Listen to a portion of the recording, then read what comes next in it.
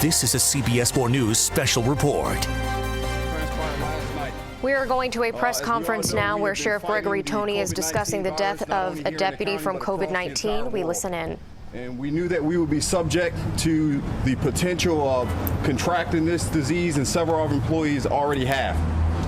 Unfortunately, last night, a 12-year veteran, Deputy Shannon Bennett, succumbed to this illness. He was 39 years old, served this organization for 12 years. Unfortunately, on March 23rd, he reported that he was sick, and this was his first contact in reporting that he potentially had contracted this virus.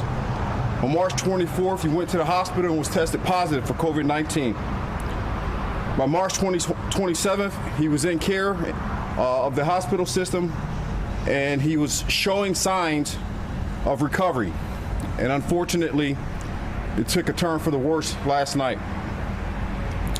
This is a reminder to not only this community, but to us as first responders, that we're on the first line with this, and that we're not immune to it, and we can fall victim to it as well. It should be reminders to this community about the importance behind the warnings that are being presented out at the both national, state, and localized level, that this is a time that we want our communities to keep themselves in isolation. It's a reminder that this battle is going to take quite some time for us to overcome. It's a reminder to my first responders in the community, not just mine, BSO, but for every single law enforcement officer and first responder, that this is now impacting, that we still have to continue on and serve. A loss today, it shakes us up, but we can't allow it to break us. It's a tough time for this organization. Over the last year, we have fought very hard to rebrand and redevelop this organization, and Shannon was part of that. I had a chance to sit down and meet with Shannon very early on. I have an organization of roughly 5,500 employees, and it's almost next to impossible to meet everyone. But this man I met.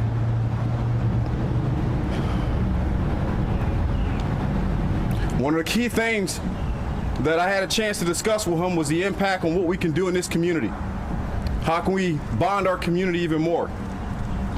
And he was part of the LGBTQ community, and he wanted to see a committee formed here at this agency.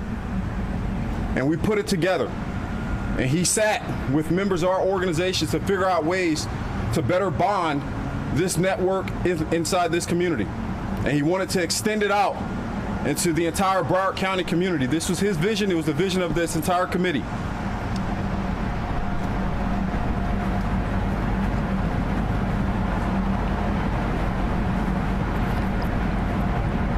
We have to keep pushing through this entire fight. I've been hearing a lot of different things throughout this community. We're starting to have a little division amongst ourselves. We're fighting over and squabbling over times and curfews and whether or not we should go to work, should we go to the movies. This is nonsense. Over the next few hours, people are going to send us emails. People are going to express their sentiments and their support for us. If you truly support your first responders, then reduce our opportunities for having citizen contact.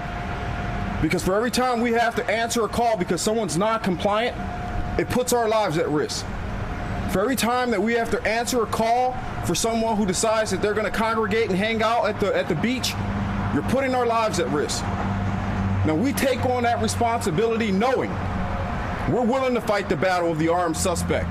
We're willing to run into a burning building and bring people out. We're willing to do all these things. We're still willing to serve. But this is a new enemy that we can't even see. But we know it's there, we know it's real, and it's impacting all of us. So we lose Shannon today, but we're gonna keep fighting this battle. We're not about to throw in any towel. And if you truly support us, then take heed to all the warnings that have been provided across this planet.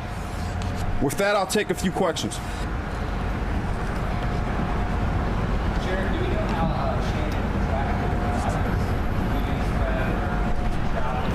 Not specifically. He was on duty when he reported it.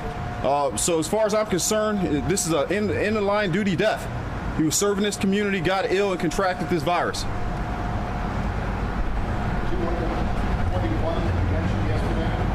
He was one, yes.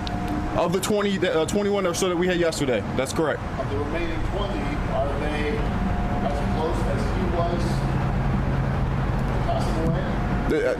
I don't know how you quantify that. You know, I'm not a medical professional, but what I would tell you is I've called and talked to our staff and members who have been contracted this virus. Many of them are progressing, getting better. But we're still at this point where there's no real certainty as to what that recovery process looks like. We've had cases not just here in Broward County, but in other parts of the world where people have contracted this virus, exhibited signs, and been able to recover in a short period of time. And then we've seen some that extended beyond the 14, 15 days. So that's really unpredictable at this point. So was he in the hospital at the time? He was in hospital care. But you said yesterday that 20 tested positive. How many of those 20 are in the hospital or they just tested positive? Well, look, I do know, but I'm not going to disclose every aspect of our agency. There's still some privacy elements that we need to respect for our employees. I think the messaging is simple. We have members who have contracted this virus. We have members who are in still quarantine or self-isolation, and that may fall into that category. We have test results that have not come back yet. And this is not inconsistent with anything that's occurring anywhere in this county in terms of first responders or anywhere else in this state or in the country for this matter. So you're saying that most of those who tested positive are self-isolated? Is it fair to say, one more time for me? Are most of those 20 self-isolated at home, or are most of them in hospitals? Most of them are self-isolated at home.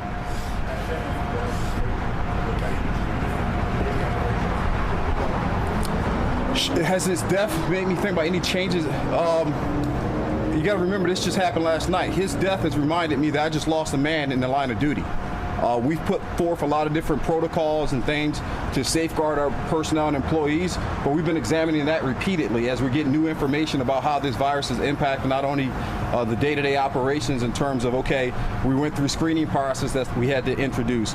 We're mandating PPE gear to be worn and many others. So it hasn't changed anything for me from a thought process other than that, look, we lost a man in the line of duty and we're probably going to lose another. It's just uncertain right now. Tony, obviously this kind of shakes the rank and file. What's your message to them? Obviously this is a big risk all of you guys take coming to work out in the communities. What's your message? My message to them is simple. And being the first agency here in Broward County to lose someone in the line of duty of this, I have to speak across and outside of BSO. We can't afford to break. We can shake. We're human beings. We can hurt. It's okay. We can fear, but we can't succumb to our fears. We're in a very unique profession here. If we start to succumb to any fears related to this illness, it impacts our performance. It impacts our ability to safeguard this public. You know, just yesterday we were extracting and helping save 1,200 people. And at the end of that mission, Shannon died. The very end of that mission, he died. And so there's a direct nexus and a reminder that, hey, this can happen to any of us anytime, but it's no different than when we put on this uniform and walk into a mall and now we're involved in a shooting, or when we do a traffic stop and now we're being struck and killed. These are severe and serious consequences of the job that we do.